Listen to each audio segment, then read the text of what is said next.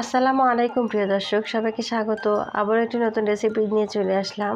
আজকে রেসিপিতে আছে পুরান ঢাকার বিখ্যাত মোরগ পোলাও। ছোট বড় সবাই এই মোরগ পোলাওটা খুব পছন্দ করে।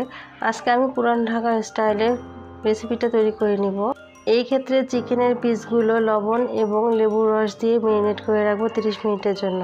এখানে 750 গ্রামের মতো চিকেন নিয়েছি। এবার বিরিয়ানির জন্য একটা মশলা তৈরি করে নেব। এখানে লবঙ্গ, গোলমরিচ, এলাচি, কালো এলাচি, দারচিনি, জয়ত্রী, জয়ফল ও শাহি জিরা নিয়েছি। মশলাগুলো ব্লেন্ড করে নিলাম। 30 মিনিট পর চলে আসলাম। চুলায় একটি প্যান বসিয়ে দিলাম। এখানে 1 কাপের মতো রান্নার তেল দিয়ে দিলাম। এবার কেটে রাখা আলুগুলো লবণ দিয়ে হালকাভাবে ভেজে নেব। এখন মূল রান্নায় চলে আসলাম। এবার তেলের মধ্যে 1 কাপ পেঁয়াজ কুচি দিয়ে দিলাম।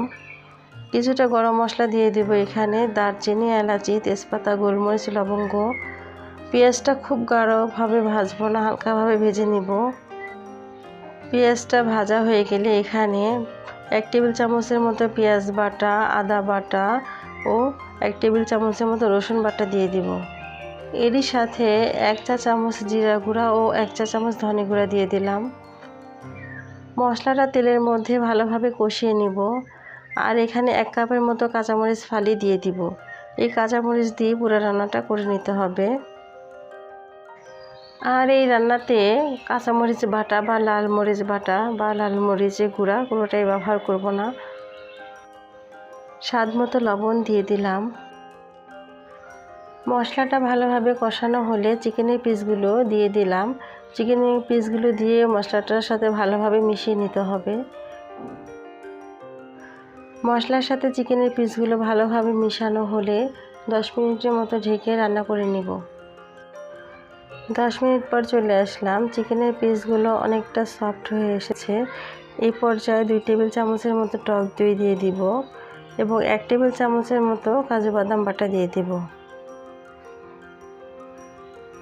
হাফ চা চামচের মতো চিনি দিয়ে দিব। এতে করে মাংসের স্বাদটা বাড়বে।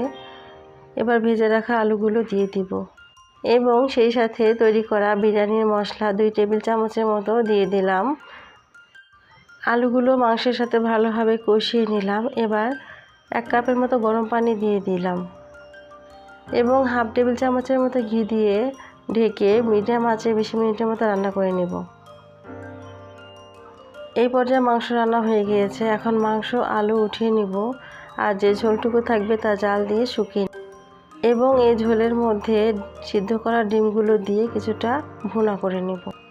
এতে করে ডিমের মধ্যেও মাংসের মশলাটা থাকবে এবং খেতে ভালো লাগবে।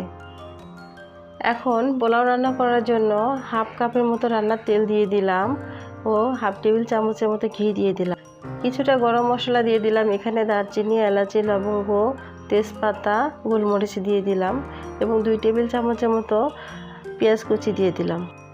সেই সাথে 6 থেকে 7টি গোটা কাঁচামরিচ দিয়ে দিলাম। এবার মশলাগুলো ভালোভাবে নেড়ে চেড়ে পোলাওর চাল দিয়ে দিলাম। এখানে কালো জিরা পোলাওর চাল নিয়েছি।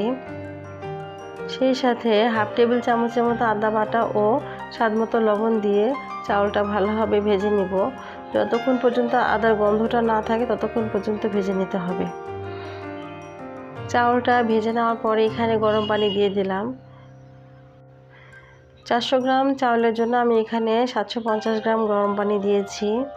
5 থেকে 6টি আলু বোখারা দিয়ে দিলাম এবং হাফ কাপের মতো কিশমিশ দিয়ে দিলাম।